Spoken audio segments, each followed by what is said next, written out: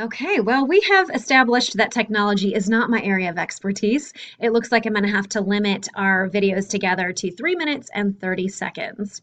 So let's get right into it with the rhetorical star.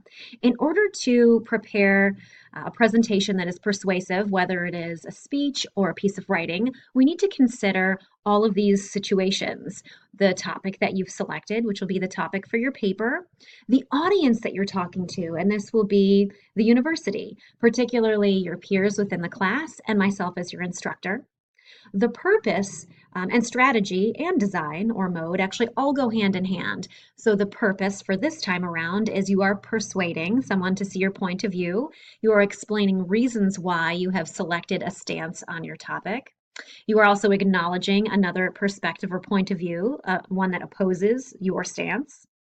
The strategy you will use is a persuasive essay backed up with research. So it is a research paper, but written in a persuasive form.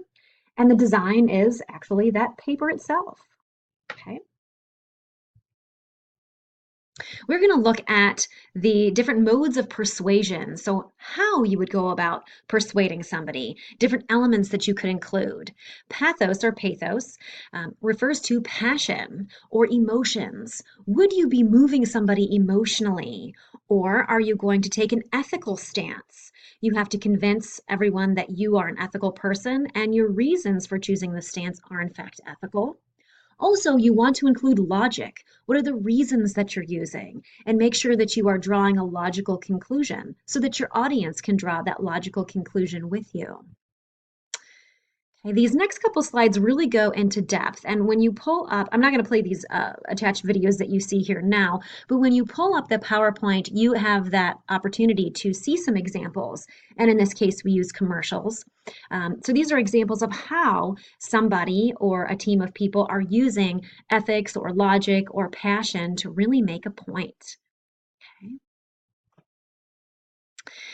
So here we are on the passion screen. Oh, those big eyes. So here they're getting to our emotions.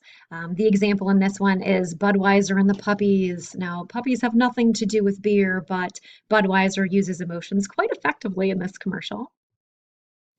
And then logic. How are we using reasons to back up our stance? Okay, so you'll see in the first one it was ethics or ethos. How are they establishing credibility? In some cases, I think I put a Kim Kardashian commercial for T-Mobile in there, and it's actually making fun of herself. So it's a bit of irony pulled in there. Then we have to use the emotions in some way, or that is a very strong way to do it. And then our logic. We use reasons, we pull in data, we have research that backs up our points. So in this one, it's an example of water conservation and then also a sliding dog. Why don't you want to be that sliding dog? Okay. Next up, we have the topic, thesis, and keywords, but it looks like I'm about out of time. So I will see you in the next clip.